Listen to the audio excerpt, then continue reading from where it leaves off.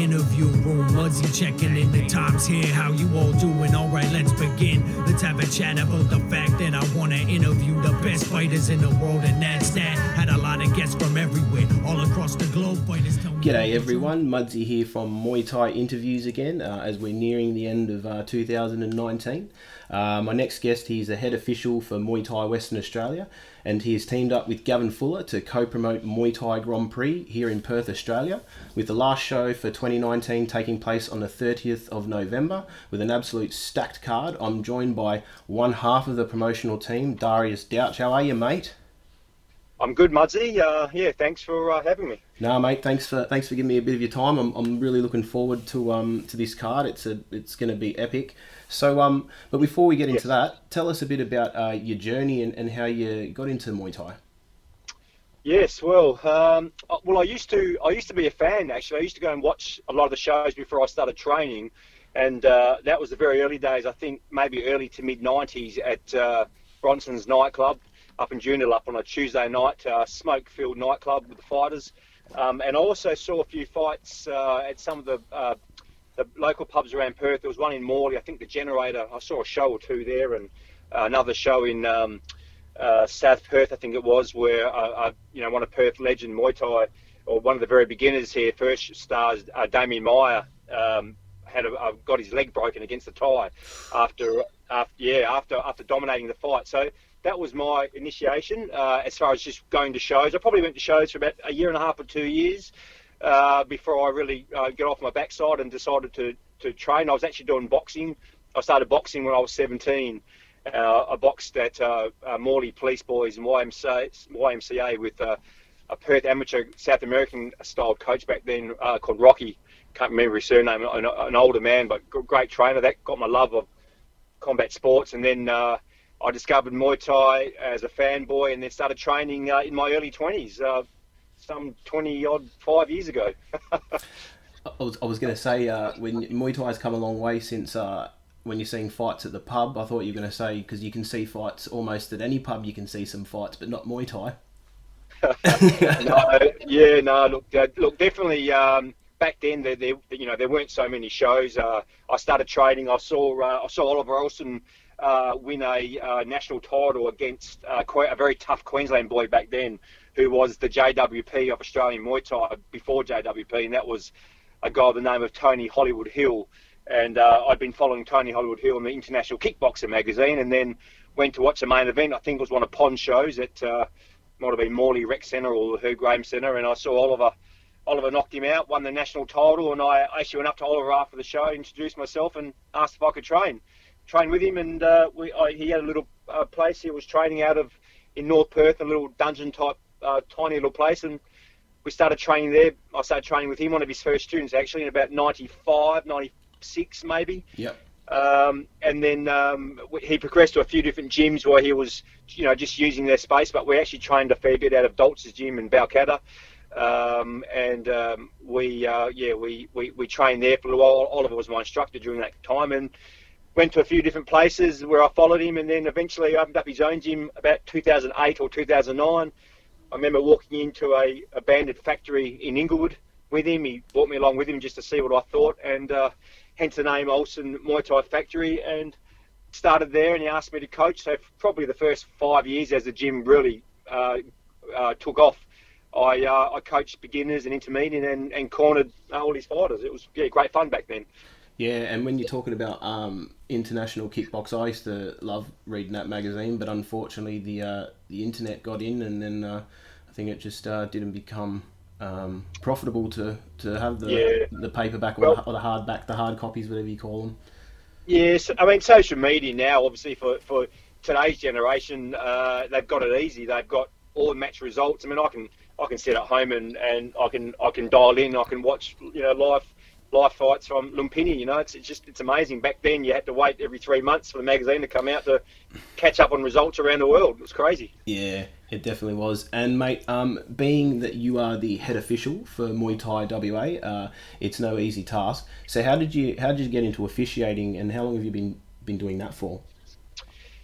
Well, it actually started before I started being an official. I was actually quite a prominent sponsor through a few, through a business I was running. And back then in the early 2000s, there was a joint promotion. I can't remember what the guys called themselves, but there was Darren Kurvik, Brett Dalton, Peter Boyd, Riddler, Ron Parr. I've probably missed a few names. I apologise if I have, but there was all of today's promoters doing their own thing. But back then they were all together. I think it was called Western Alliance or something. And I was sponsoring them from a dealership that I was running. And just getting to know the guys obviously a fair bit better, even though I'd watched all of them fight for many years. I had an opportunity to shadow judge, and then did that for a little while, and then started judging. So 2003 I judged my first fight, and then 2010 I reffed my first fight. So I was a judge for about 7 years before I started reffing. And Australian Muay Thai, it's come a long way since you first started and got involved. So what are some of the noticeable changes you have witnessed over the years? Oh, geez, there's so many changes. But, I cherish all the state WMC, the national WMC titles. I was fortunate enough to referee Mini T Williams in a WMC world title. And I love doing the titles, but these days I just get a kick out of the kids and the beginners, and some of the amateur shows. The quality of the amateur show we had last week with Evolve was just off the hook.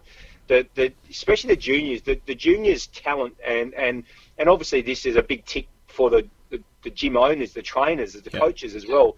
The quality of the coaching today was nothing like we had back in the 90s. In the 90s there was probably only 4 good gyms around Perth, maybe 5, with proper Muay Thai tradition.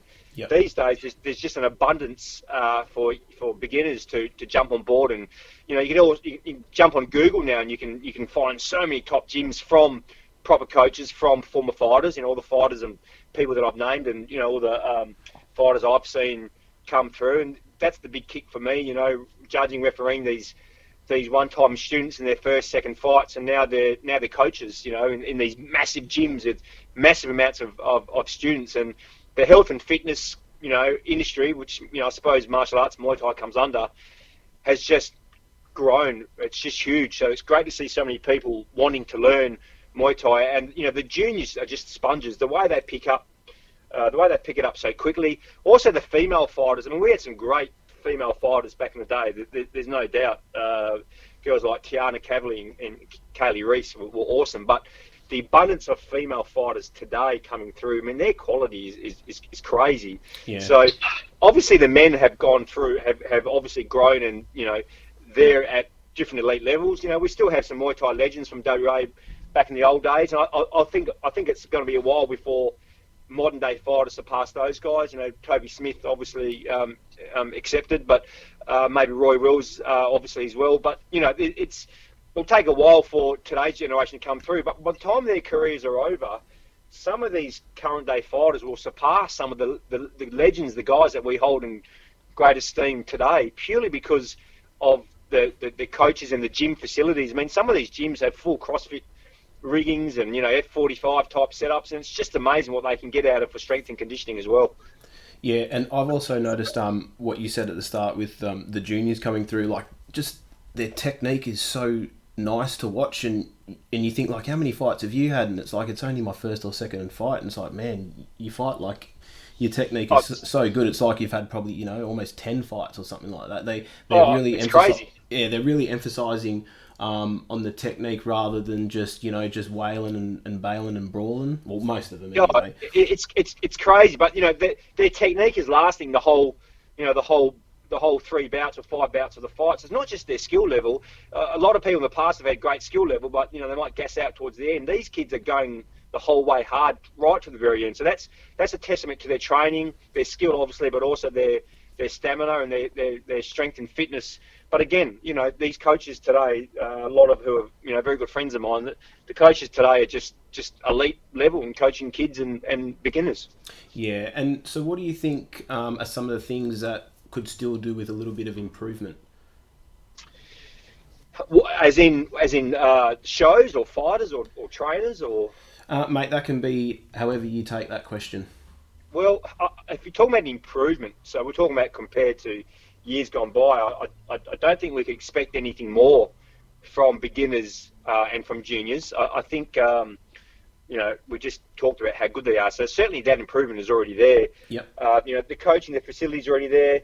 It's probably a hard question for me. A couple of years ago, I did have a bit of a hard time with a lot of comments, I suppose, online, social media, just about judging decisions. And a lot of those, and I respect certain people's comments, and a lot of those people I respect, but probably more fans or even fighters who haven't been in the game for very long, making some probably, some silly comments online about how they didn't get their fight. Everyone gets emotional, the fighters and the athletes, and of course the coaches. But when I talk to these people, cause I'll always contact them when I see that, and a lot of the people, don't know the full rules on how scoring works. Yeah.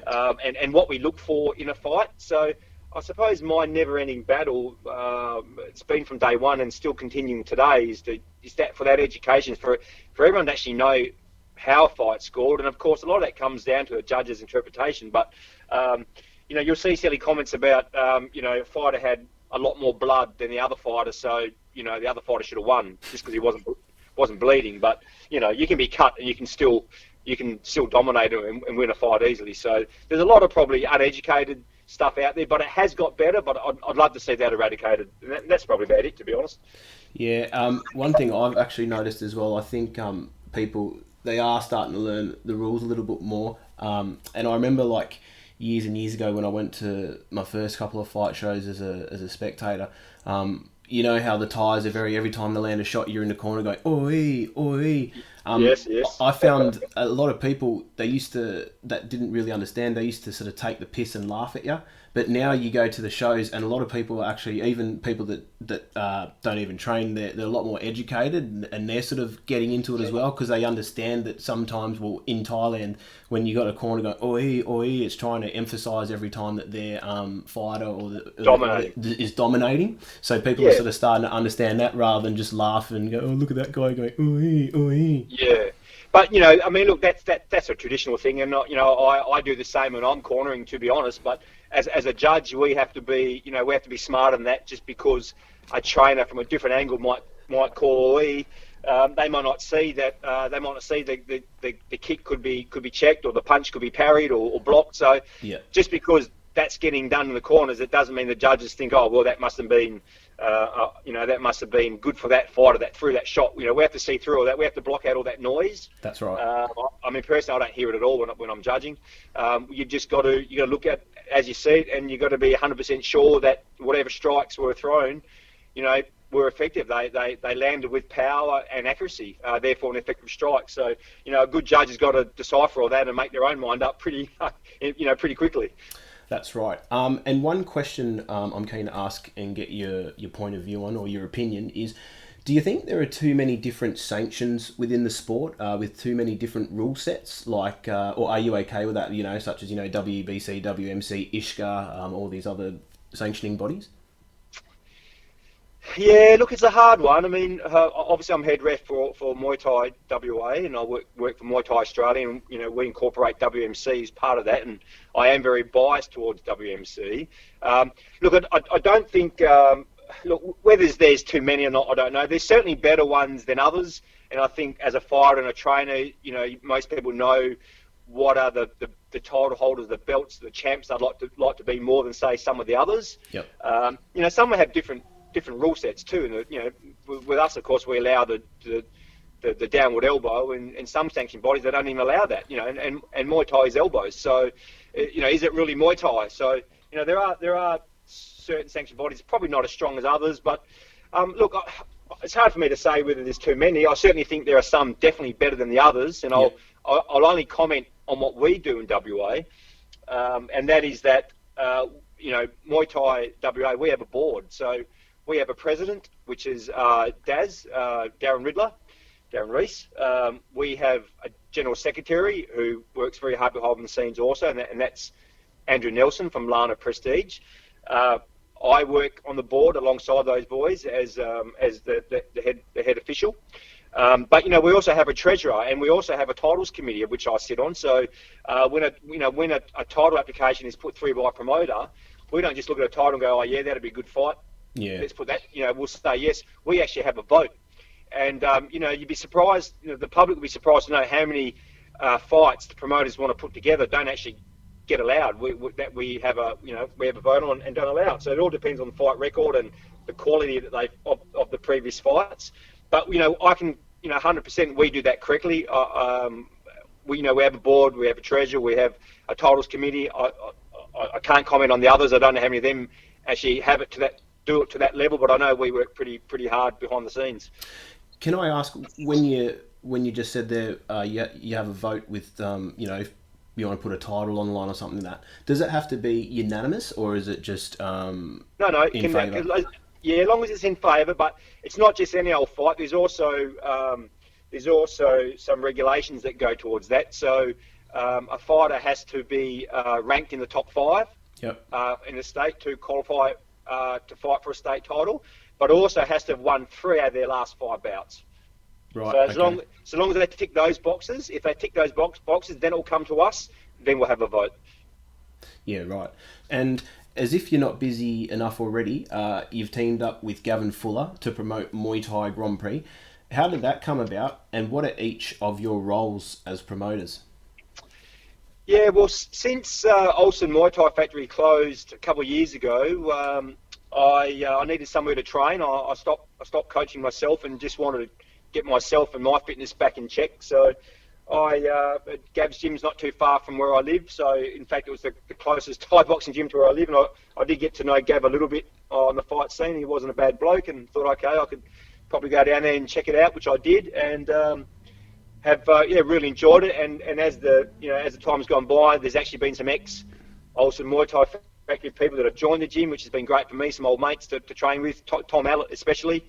So that's been really good. And we've got Oliver there recently as coach. So it's great to have him in the gym. He's obviously one of my best mates, and still regard him as my coach today, personally. And it's great to have that reunion, if you like. But our roles. Gav obviously did the first show in July with a previous business partner, a mate of his, who had to move back to Sydney. So I suppose the opportunity came along for myself, and Gav spoke to me. We bring different qualities to it. Gav's by no means a dummy himself. He's an engineer for Shell in the city, and I run my own publicly listed company with 50 odd staff. So I know a little bit about business, how to put things together. So that probably helped at a corporate level as well. But we bring different things. Gav has been the main matchmaker. I think I've probably only matched 3 fights for this whole show. Gav's done the rest, and he's quite talented at that, to be honest. So he's certainly a better matchmaker than me. So that suits me and suits him just fine. So we know where our strengths and weaknesses are. Yeah. I suppose mine's been getting sponsors on board, which I'm only very very very new at this, so I don't profess to be an expert. But I've learnt pretty bloody quickly that if you can't get sponsors on board and sell ringside tables, the show won't be a success. So I've been working really hard behind the scenes in trying to get that underway. So yeah, we've got different roles, but we do cross over a little bit as well. Yeah, and I was looking, just having a browse about Muay Thai Grand Prix. Is it a franchise? Because I know Muay Thai Grand Prix, they have one in England, and then I think they having a show in Cyprus. Is it or Greece? Is it? How does that work? Like using the name. This is the beauty about Muay Thai Grand Prix. Gav, before I got on board, secured the Australian rights. So Muay Thai Grand Prix is massive in Europe and the UK. It actually just got voted the biggest show throughout Europe, bigger than Yokkao, which is pretty, for a Muay Thai show, not kickboxing, but for Muay Thai, which is pretty big, So just November alone, there's 4 or 5 shows around the world just in this month. Obviously, us being one of them in Australia, we're the last one. But there's Cyprus, there's one in Paris, I think there's one in Sheffield, and there could be one in London, and then us as well. So, it's 31 shows old now, been around since 2015. Spreading its wings pretty quickly. If you look at the quality of fighters they've had on their show in relatively short period, being 4 to 5 years, it is definitely a growing promotion and something very exciting to be part of. Yeah, definitely having 31 shows in like what you said, 5 years is nothing to snicker at. Yeah, exactly. And promoting, it's not an easy task, as most people only see the end results, which is the show itself on the night. So, what are some things behind the scenes that the average person wouldn't see or wouldn't even consider if they were going to a fight show? Yep. Look, again, I won't profess to be an expert in this topic because there's a lot of people in WA who are far better at it and been doing it for a lot longer than myself. But obviously the financials, getting a budget, trying to stick to that, trying to make it work to get, the best show possible. Behind the scenes, I suppose there is a lot of work that goes into getting the sponsors and getting tables sold, all that kind of stuff. Because without that, the show can't go on, and we want to be around for a long time. But behind the scenes, I suppose just the week just gone, we had 3 or 4 pullouts in 24 hours or 48 hours. We had 4 fights fall over. So Gav and I got to work. Gav matched a few. I was able to match George Mann with the very tough Thomas Wilkins from Pinky's Gym in Adelaide. So I was quite happy to get that fight done. Daz and George were very easy to deal with, as was Pinky. So you get those last minute, well, not last minute. We've got 4 weeks to go, I suppose, but you get those things that drop off, and I'm sure there might be another 1 or 2. I hope not, touch wood, but Yep. we're just got to be prepared for that. But a lot of stuff behind the scenes, just the stress of putting it all together. And if it wasn't for Gav's wife Nick, who's the glue behind all this, Gav and I wouldn't be able to function anywhere near as good as we have. Well, they say behind every great man is an even better woman. Yeah, very true, isn't it? Very, very true. It is. In saying that, though, both you and Gav, like you just touched on, you've put together an unbelievably stacked fight card with 20 fights showcasing some world-class fighters, 1FC fighters, and also some of Australia's best. So what are some of the fights that you are most excited about, and how did they come to fruition? Well, there's a lot of crackers there, isn't there? And I think one thing that Gav and I are quite proud of is there's probably 3 or 4 bouts here that could be a main event on any show around the country. Obviously to me, for a Thai purist point of view, Superbank versus Doutch is a crazy matchup. It's Muay Thai at its highest. Superbank is certainly just as elite A class as it gets. For those that haven't seen Superbank, make sure you come down and watch. I've actually we've had him at the gym before, last year, the year before, and I've trained with him and done a seminar. And I can vouch certainly. His tricks and his sweeps are second to none. They're as elite as it gets, and of course just his ring, I suppose ring craft and skill set in general is amazing. Doutch is no slouch. He's coming off a huge win against Lloyd Dean on the last Epic, and Lloyd Dean is one of the best fighters in Australia, hands down. And with no disrespect, I think Doutch won that fight very easily, and probably won that fight in some of Lloyd Dean's biggest strengths. And that Lloyd's clinch work and the way he comes in and just ferocious with his elbows and knees and clinch. Doutch was able to really counteract that and defend that and attack back at the same time extremely well. So Doutch's no mug, and if anyone's expecting Superbank to come out here and have a whitewash, you think again, because Doutch certainly will stick it to him, that's for sure. That's a crazy fight. Obviously, a couple of big boys there with Eddie Farrell and Stefan.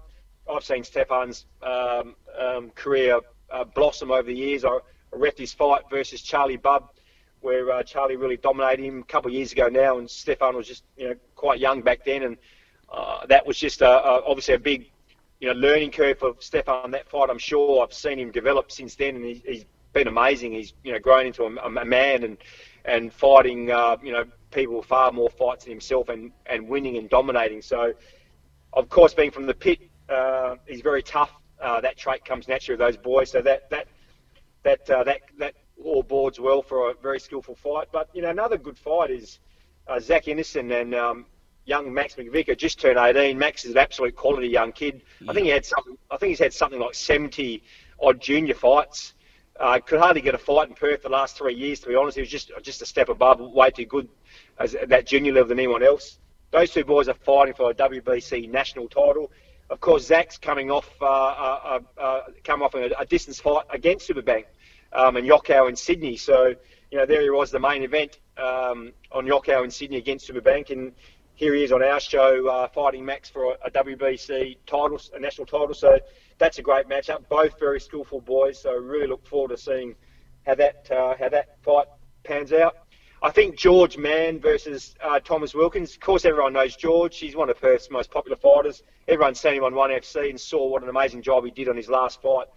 And people are going to look at this fight and say George is by far the favourite. But one thing I can vouch on: Thomas Wilkins can bang. Yep. He is a very tough boy, and his strengths, I believe, is what is the style. As we always know, we hear styles make fights.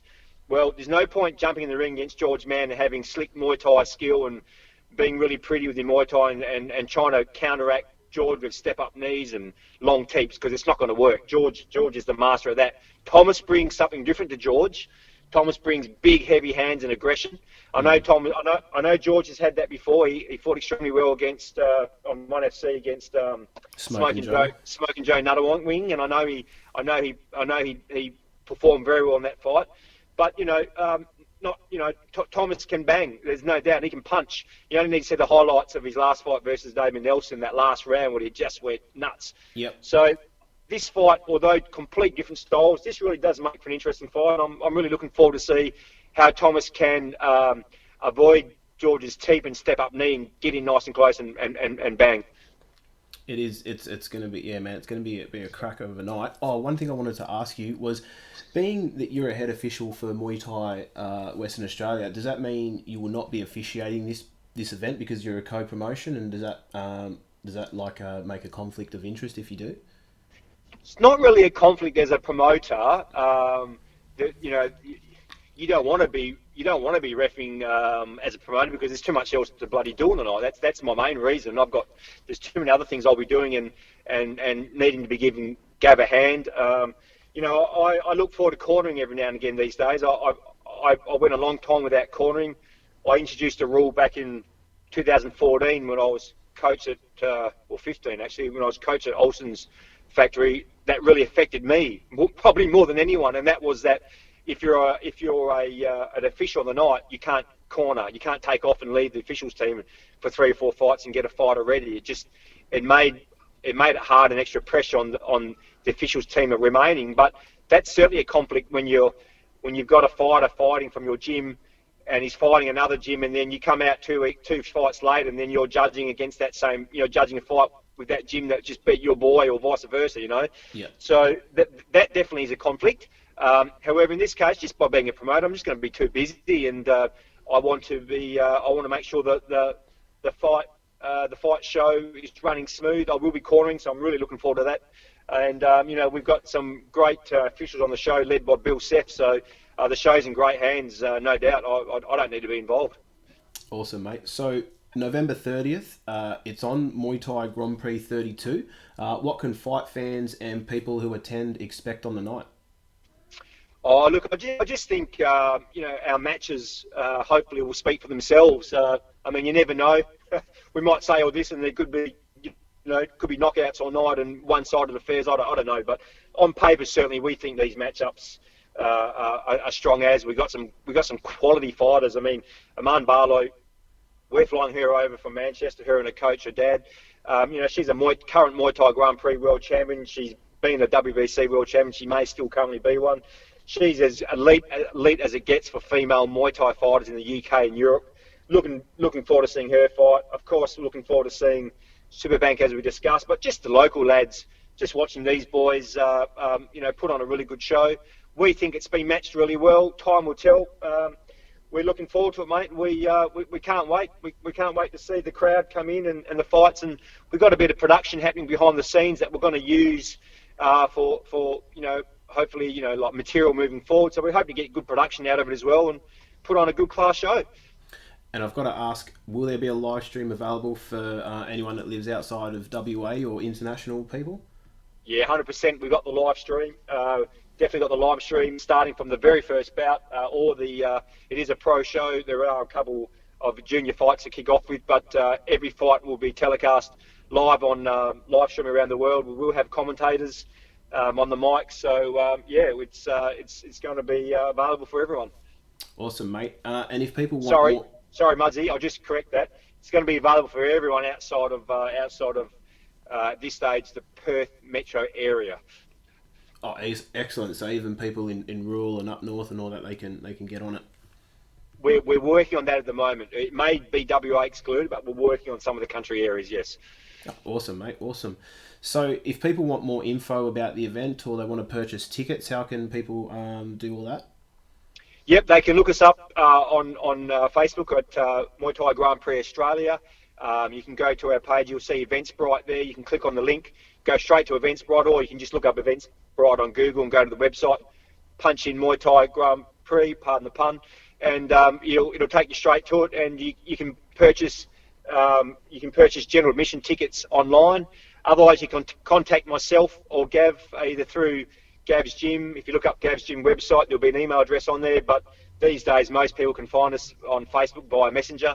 Shoot us a message. Obviously, we've got ringside tables available. So, $65 for a general admission ticket or $85 per head on a ringside table. So if you want a ringside table, they're not available through Eventbrite. You'll have to contact us direct, but we're more than happy to help. Awesome, mate. And last but certainly not least, anyone that you wish to thank or give a shout out to? Firstly, be remiss of me not to want to thank all our sponsors. We've had some great sponsors come on board. So I'd like to thank Natali Group, Security Australia, the Carlisle Hotel, Lend Me Finance Broking Company. Shout out to Formula Tech Performance in Walkinshaw and Bibra Lake, Brett Stewart. The owner there, good mate of mine. We used to train together back in the 90s. He fought under Oliver back in the early days out of Doutch's gym. We've been training partners for 20-odd years. He's come on board and been very helpful and generous for us.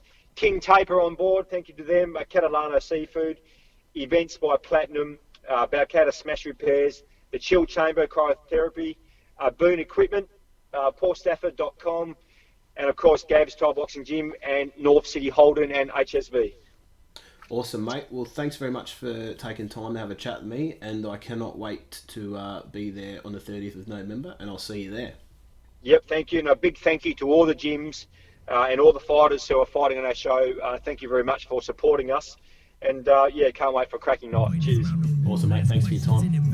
Thanks, Muzzy. Great warriors, revered and notorious, infamous and legendary. That to me is glorious. Come kick it, still talk some shit with me. I'll ask so you can answer and explain to me the history. I had to throw a vicious knee. I got a passion for the art of 8 limbs. I'm just asking from the heart. So as I conclude this interview, thanks so much for sitting through. Loved all the fighters and the folks that listen. This for you.